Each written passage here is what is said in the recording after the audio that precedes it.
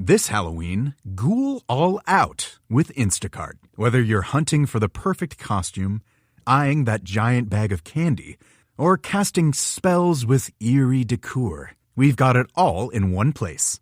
Download the Instacart app and get delivery in as fast as 30 minutes. Plus, enjoy $0 delivery fees on your first 3 orders. Offer valid for a limited time, minimum $10 per order, service fees, other fees, and additional terms apply. Instacart, bringing the store to your door this Halloween.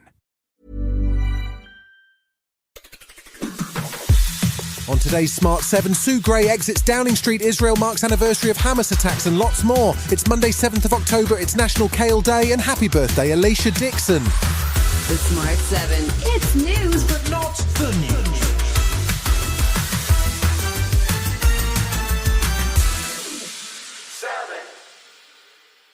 It's been a year since the October 7th attacks on southern Israel, which left nearly 1,200 people dead and saw 250 taken hostage by Palestinian militant group Hamas.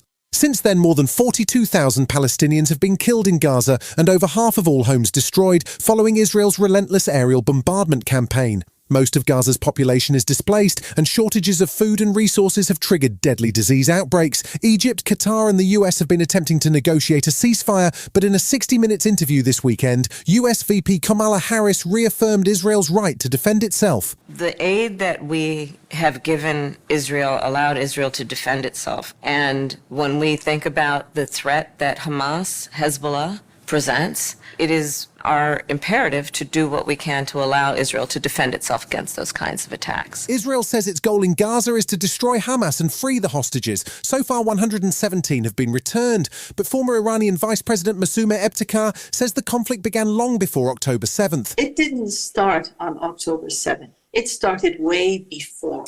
Nobody justifies civilian deaths. But when it happens at the scale that it has happened in the past year, all the nations in this region, they are legitimately defending themselves.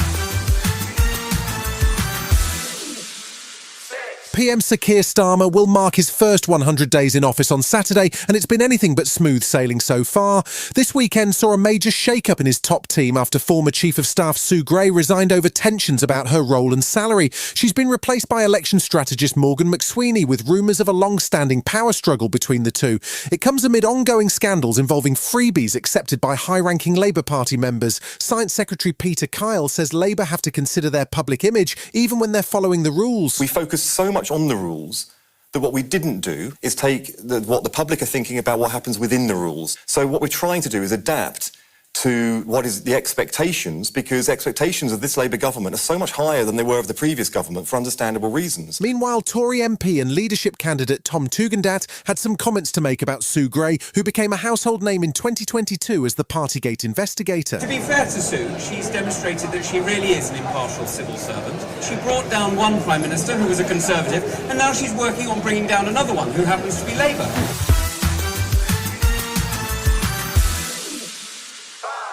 New NATO chief Mark Rutte visited Kyiv on Thursday, marking his first official trip since taking office earlier in the week. He met with Ukrainian President Zelensky to reaffirm NATO's support and discuss Zelensky's victory plan. Meanwhile, this weekend, Russian troops continued advancing on Pokrovsk, a key logistics hub in eastern Ukraine. It's thought that more than 80% of the town's infrastructure has already been destroyed in Russian attacks. But Russia security expert Mark Galeotti says Moscow will soon be running low on resources. They're losing something like 1,200 soldiers a day.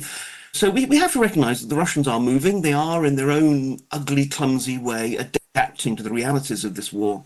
Frankly, there is a limit to how much they can continue to throw resources at this level into the fight.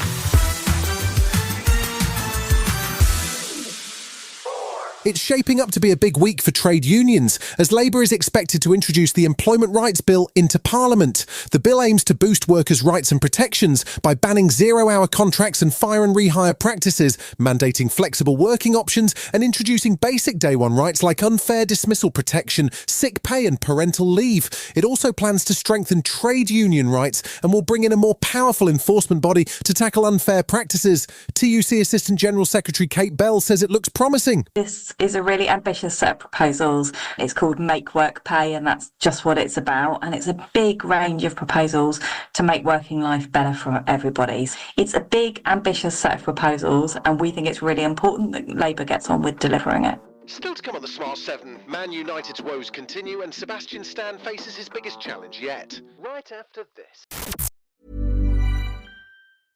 This Halloween, ghoul all out with Instacart. Whether you're hunting for the perfect costume, eyeing that giant bag of candy, or casting spells with eerie decor, we've got it all in one place. Download the Instacart app and get delivery in as fast as 30 minutes. Plus, enjoy $0 delivery fees on your first 3 orders. Offer valid for a limited time, minimum $10 per order, service fees, other fees, and additional terms apply. Instacart, bringing the store to your door this Halloween. Welcome back. No changes at the top of the Premier League table this week as Liverpool, Man City and Arsenal all secured victories whilst Chelsea drew 1-1 with a 10-man Nottingham Forest. Meanwhile, it was goalless between Aston Villa and Man United at Villa Park on Sunday, marking United's worst start in Premier League history. They're currently 14th on the table with just 8 points and only have 2 wins from 9 games in all competitions this season. Man United manager Erik Ten Hag's job certainly looks to be under threat, but he's shrugging off the pressure and says the board still back him.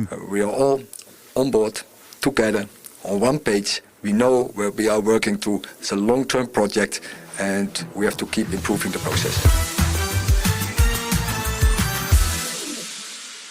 A different man hit UK cinemas on Friday, and Sebastian Stan's been doing the media rounds to promote his latest movie. He stars as Edward, a struggling actor living with neurofibromatosis, whose neighbour decides to write a play about his experience with his disability. After an experimental medical trial cures his facial disfigurement, Edward decides to throw on a mask to land the lead role in the play, and chaos ensues. Speaking to Sky News this weekend, Sebastian Stan said wearing prosthetics in public was one of the most difficult things he's experienced. There was nothing more self-conscious or isolating than that experience. That the recognition part is a similar concept of you being a public property, just like it is you being different or being disabled or disfigured, but it was 20 times the amount because people aren't very good liars.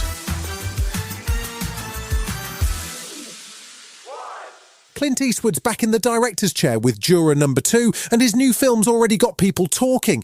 It stars Nicholas Hoult as Justin Kemp, a juror on a high-profile murder trial who's hiding a shocking secret. He might actually be the killer. As the case unfolds, Justin's forced to wrestle with his conscience and the growing pressure of his role in the trial. The trailer's just dropped and it'll be making its premiere next month, so if you're in the mood for some good old-fashioned Eastwood tension, then get ready! It was last October, and I hit something. I checked, I didn't see anything, and I figured it was a deer that ran off. What are you telling me? Maybe I didn't hit a deer. You've been listening to The Smart 7. We'll be back tomorrow at 7 a.m. Hit that follow button and have a great day. Give us 7 minutes, and we'll give you the world. Hey parents, Greenlight is here to take one big thing off your to-do list. Teaching your kids about money. With a Greenlight debit card and money app of their own, kids and teens learn to earn, save, and invest. You can send money instantly, set flexible controls, and get real-time notifications of your kids' money activity. Set up chores and put allowance on autopilot to reward them for their hard work. Then learn about the world of money together. Get 1 month free when you sign up at greenlight.com/podcast.